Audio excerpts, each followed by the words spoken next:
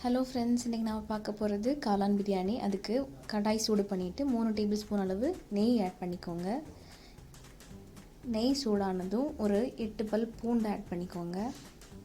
அப்புறம் ஒரு 4 துண்டு இஞ்சி ரெண்டையும் சேர்த்து கொஞ்சம் ஃப்ரை பண்ணிக்கோங்க. லைட்டாக ஃப்ரை ஆனதும் ஒரு 4 பச்சை மிளகாய் ஆட் பண்ணிக்கோங்க கீறி விட்டு. அப்புறம் சின்ன வெங்காயம் ஒரு சின்ன கப் அளவு ஆட் பண்ணி நல்லா ஃப்ரை பண்ணிக்கலாம் பொன்னிறமாக.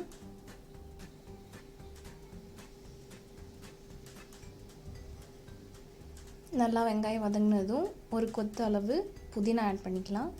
அப்புறம் ஒரு சின்ன கொத்தளவு கொத்தமல்லி ஆட் பண்ணி இதையும் சேர்த்து கொஞ்சம் வதக்கிக்கலாம்.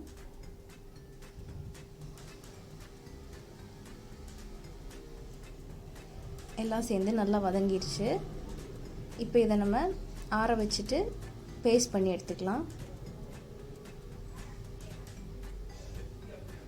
இந்த மாதிரி பேஸ்ட் பண்ணிக்கோங்க. தனியாக எடுத்து வச்சுக்கலாம். நம்ம அடுத்து ஒரு குக்கரில் ஒரு 3 டேபிள் ஸ்பூன் அளவு எண்ணெய் ஆட் பண்ணிக்கோங்க.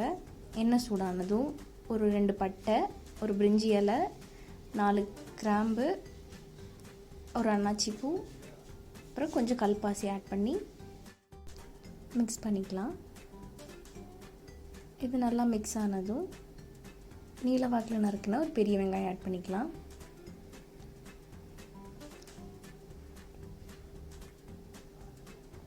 ஒரு டேபிள் ஸ்பூன் அளவு உப்பு ஆட் பண்ணிவிட்டு நல்லா பொன்னிறமாகிற வரைக்கும் நம்ம வெங்காயத்தை வதக்கிக்கலாம்.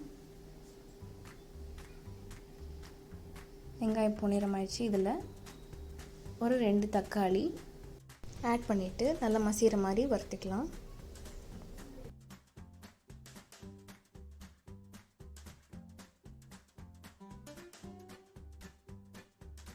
தக்காளி நல்லா மசிஞ்சிருச்சு. இந்த ஸ்டேஜில் homemade biryani masala 2 table spoon, மஞ்சள் தூள் 1/2 டேபிள் ஸ்பூன், அப்புறம் கொத்தமல்லி தூள் 1/2 டேபிள் ஸ்பூன் ஆட் பண்ணி இதை நல்லா கிளறி விட்டுக்கலாம்.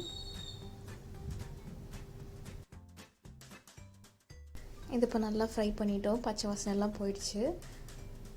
இதில் நம்ம ஏற்கனவே அரைச்சி வச்சுருந்த அந்த பேஸ்ட் ஆட் பண்ணிக்கலாம். இப்போது இந்த பேஸ்ட் ஆட் பண்ணதும் இதுவும் ஒரு 5 நிமிஷம் வரைக்கும் இதை நல்லா பச்சை வாசனை நல்லா ஃபுல்லாக போகிற மாதிரி கிளறிக்கலாம்.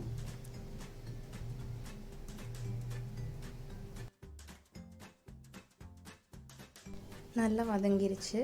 இப்போ நம்ம ஒரு 1/2 டேபிள் ஸ்பூன் அளவு தயிர் ஆட் பண்ணி கலந்துக்கலாம். அதில் தயிர் ஆட் பண்ணிவிட்டு ரொம்ப நேரம் கிளற வேண்டாம்.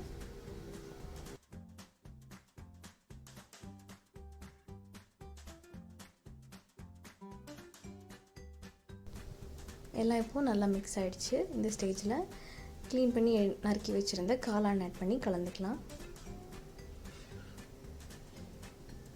காளான் ஆட் பண்ணிவிட்டு இதுவும் ஒரு 5 நிமிஷம் நல்லா குக் ஆகட்டும்.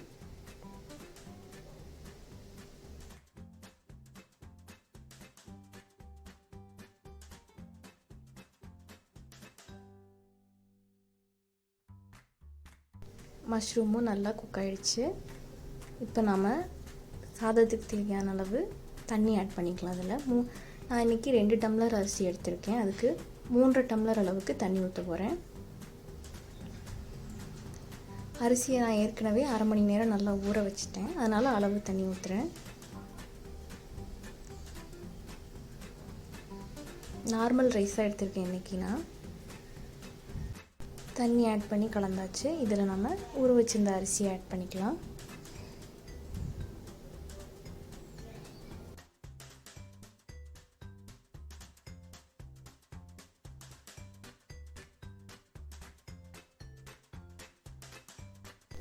இதில் இப்போ நம்ம கொத்தமல்லியும் புதினாவும் மேலே தூவிக்கலாம்.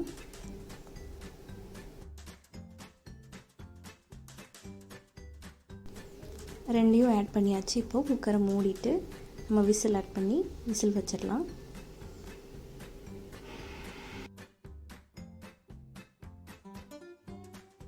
நார்மலாக ஏர் ரிலீஸ் ஆனதுக்கப்புறம் நம்ம குக்கரை ஓப்பன் பண்ணி சாப்பாடை கொஞ்சம் கிளறி விட்டுக்கலாம்.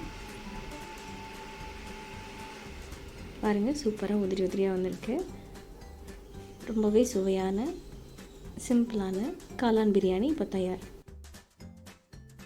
இந்த ரெசிபி உங்களுக்கு பிடிச்சிருந்ததுன்னா மறக்காமல் லைக் பண்ணுங்கள், ஷேர் பண்ணுங்கள் அண்ட் கமெண்ட் பண்ணுங்கள். ஆல்சோ ஃபீஸ்ட் ஆஃப் ஃபுட் சேனலுக்கு சப்ஸ்கிரைப் பண்ணுங்கள். Thank you friends.